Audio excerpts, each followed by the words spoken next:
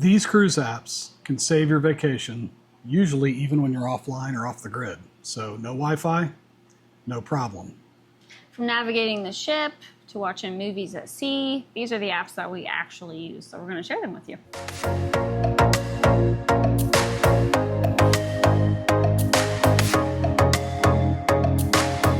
Hi, we're Adam and Mary of Holletts at Sea, and we like to bring you tips, hacks, reviews, even some laughter. So today we're going to go over some apps that we actually use when we cruise, and a lot of these will work offline if you don't have ship Wi-Fi or really poor Wi-Fi. So if this is your first time here, welcome. And if you're joining us again, welcome back. Stay tuned till the end of this because we have some really exciting news we'd like to share with you. Once we get through all this, we'll come back and we'll share that with you. So as many of you who have cruised before know that the Wi-Fi on a ship can be very expensive, it can be slow, or just plain suck. And sometimes if you get to a port, it could suck too. So stay tuned and we're going to share a couple of the apps that we like to use. So the first one we're going to share with you is the actual cruise line apps. A lot of these cruise ships now have their own apps, and we have found that you can get a lot of information off of them.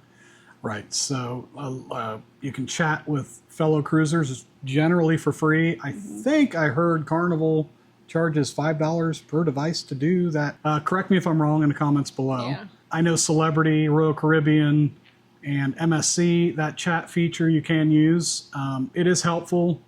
It is a little slower. It's slower. But it does work. And I don't think you get notifications, at least I did not. I took it to customer service and it didn't work either. So you want to keep those, make sure they're up to date before you get on the ship. You can schedule your itinerary, you can book excursions, you can book a lot of the cruise lines now are requiring you to book shows and things that are on the boat, especially the really large ships, because there's so many people that you can schedule shows that you want to attend. There's maps on there if you get lost on the ship all the time. You can download the maps that are on the ship and find your way around. Yeah, they're very helpful, so make sure you have the cruise line app. The next one is the CruiseMate app. Right, this one I believe now is free. I got it a long time ago and it was still a charge for it. But with this, what's really neat is you can download the cruise information and all that for offline use. It's almost like a cruise ship social media app before you cruise and after you cruise to share images, see images, communicate with other people before you cruise. And I guess if you have Wi-Fi while you're on it. But what I really like about this app is you can put your cruise in there, set up your itinerary, and then you can go into price alerts and have it, you pick your cabin that you purchased, and you can turn on a price alert and it will email you if that price drops. So you can reach out to your travel agent, call the cruise line and get that newer price. So it's a real handy tool for that. Now, is this something you use on the ship too, or this is pre? This is usually pre, but you can, if you have the Wi-Fi package, use it online, but it does have that offline mode to where you can download it all onto the phone locally. So if you don't have Wi-Fi or very poor Wi-Fi, you still can use this app. So the next one we're going to talk about is Google Translate and Apple Translate. Now, like on a lot of the ships, there are so many people from so many different countries, but most of them do speak English. But every once in a while, you're going to run into either other cruisers, which if you've seen one of our videos before, we were trying to communicate with a French couple, trying to put tomatoes all over his body. You'll have to watch that one. But it's nice to have this Translate app.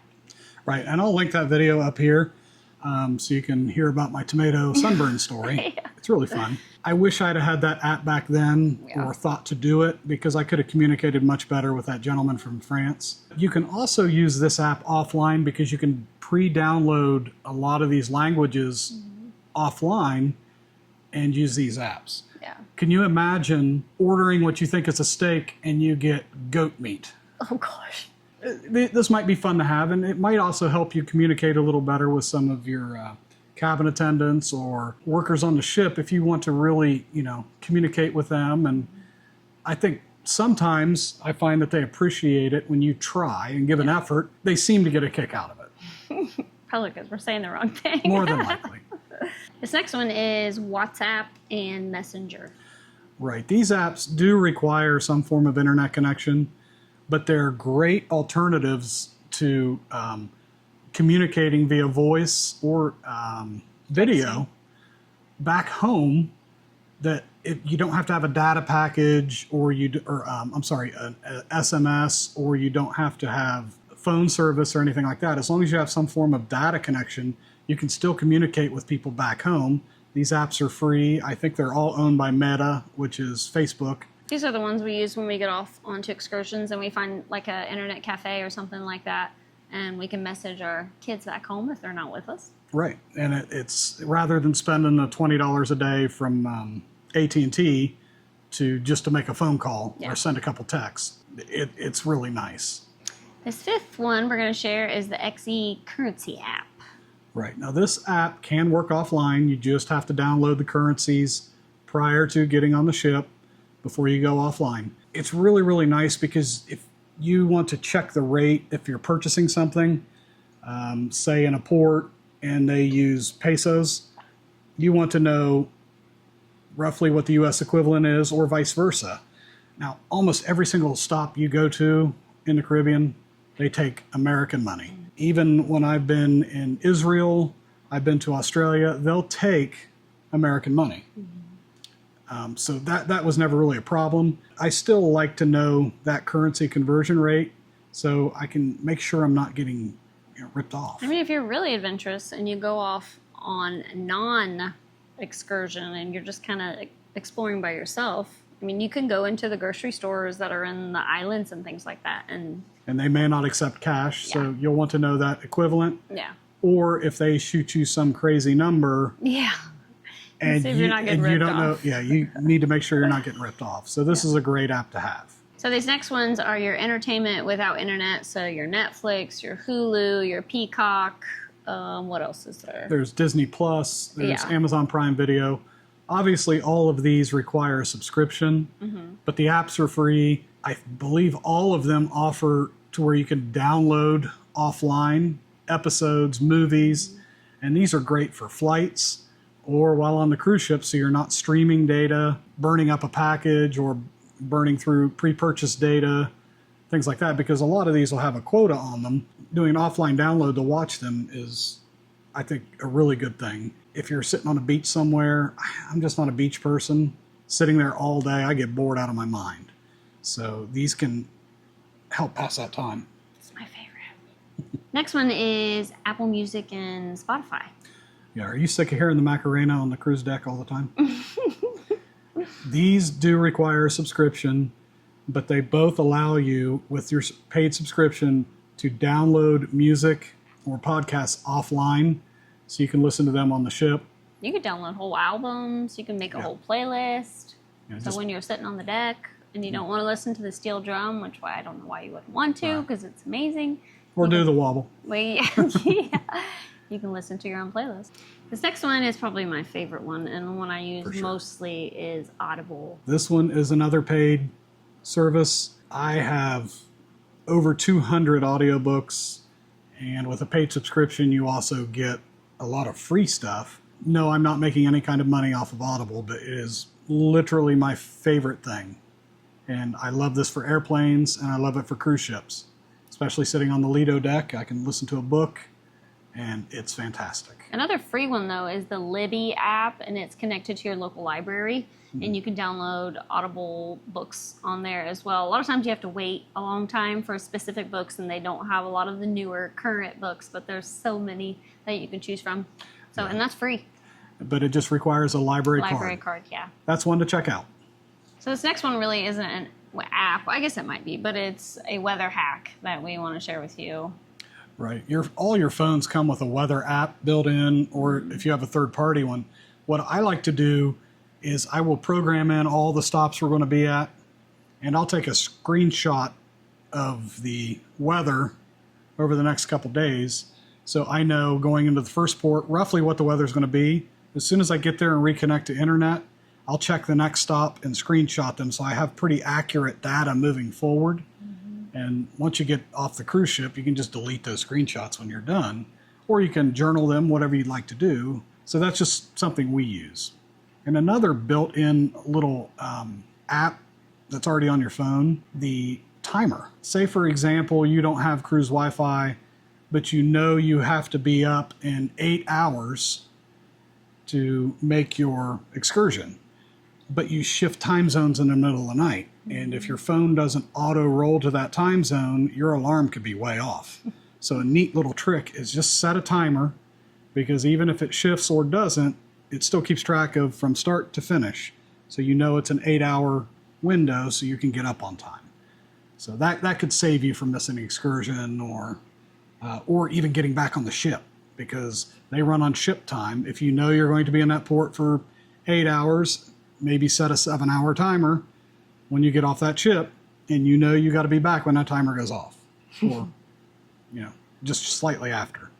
So another little bonus tip. So what are some other extra kind of bonus apps that we use? Google Maps, you can download offline maps, which is kind of nice. I like to use cloud storage, my iCloud, or I have Dropbox. I'll take a picture of our driver's licenses, our passports, any kind of information, and I can store it on the cloud, but I can also keep a copy on the phone for offline use.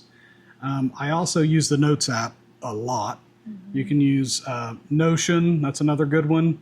White noise. Oh, the white noise app, yes, because we like to hear noise in our room. Yeah. If we can't get a hold of a fan, or we forgot our portable fan, the white noise app is great for that. Gotta have noise. There's several free ones out there. We use White Noise Lite because it does an auto loop of ocean crashing all night long. Another one is, I've never used it, but it's called PackPoint.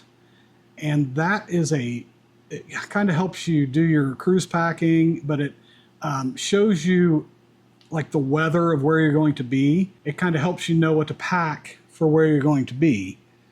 So I haven't used that one, but I have heard a lot of people talk about it, so I'm going to give it a try on our next one. Good idea.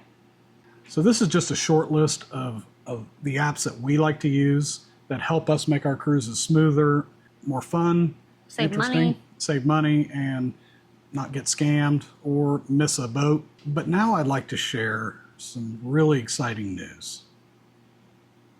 Drum roll.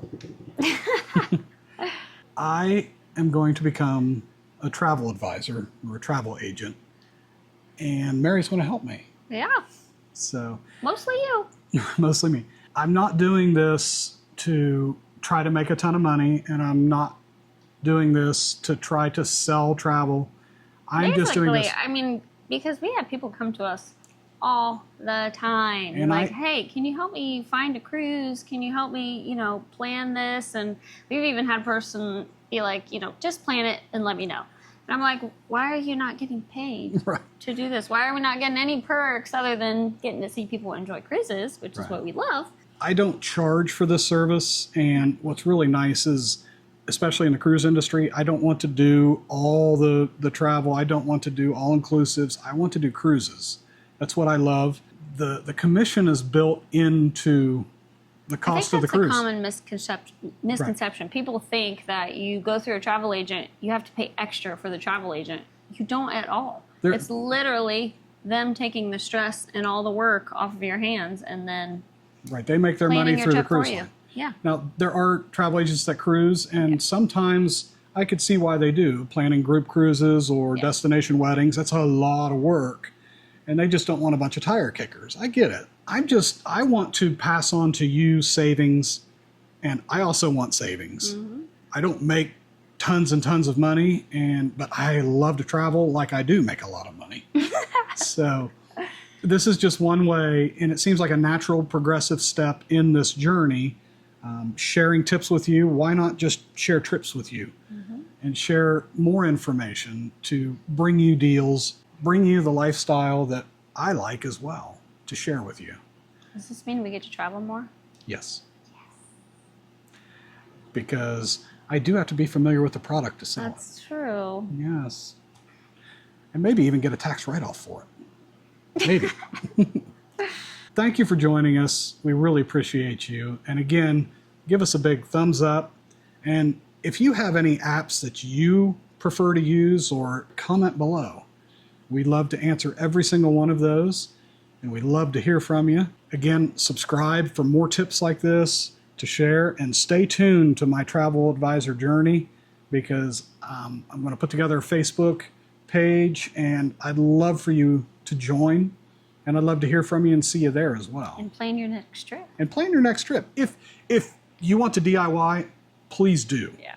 I'll even give you the resources to kind of help find the best deal for you. But if you don't want that stress, I know my little sister gets a big old cold sore right here. When she starts to get stressed out, she won't touch it anymore. So I have to do it and give her all the information, and then her husband goes in and books it. So if that's you, or you don't want to handle the work, I'm your guy. So until next time, we'll see you. Bye.